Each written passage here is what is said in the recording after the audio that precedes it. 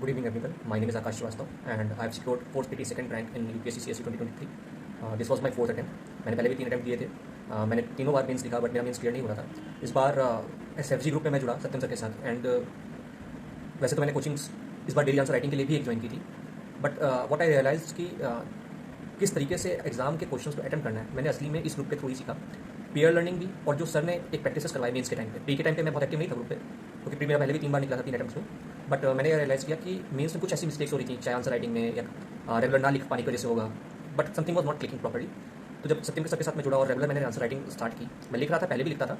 But PYQs को किस तरीके से अटेंड करना है और हम कहाँ गलती कर देते हैं. जैसे मुझे स्पेशली ये क्वेश्चन याद आता है कि एक वाइसरॉय को लेकर कहते हैं कि वो फाउंडर ऑफ मॉडर्न इंडिया है, बट उसका टोन क्या है और उसका आंसर कैसे होना चाहिए, वो शायद मुझे SFG में सत्यम सर ने जब समझाया तो मुझे आंसर्स को लेकर एक नया पर्सपेक्टिव डेवलप हुआ.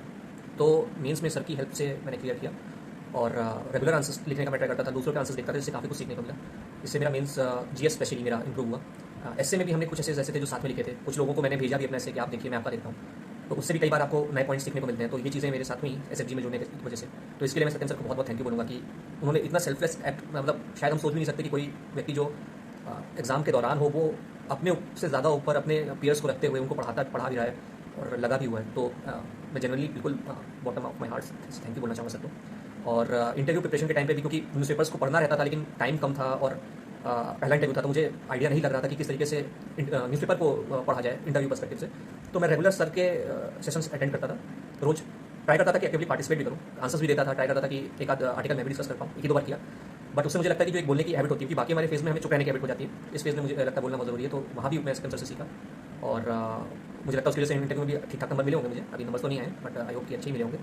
तो मुझे लगता है कि इस ग्रुप का पार्ट रहना भी एक बहुत इंपॉर्टेंट एस्पेक्ट है इस जर्नी का मेरे लिए, क्योंकि इसने मुझे लगातार वो पुश प्रोवाइड किया कि मैं कंटिन्यूसली अपने आप को इंप्रूव करूँ और जो भी गलतियाँ हैं वो दूसरों से भी सीखूँ. तो thank you so much sir, जो आपने हम लोग को इस तरीके से गाइड किया.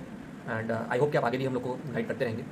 एंड आई विश कि आपसे और सीख सकूँ, not only in academics, but जैसा आप जिस तरीके से सेल्फलेसली दूसरे पीयर्स के लिए गाइड करते हैं, जिस तरीके से आप दूसरों को एक तरीके से मोटिवेट करते हैं, तो आपका बहुत बहुत थैंक यू सर.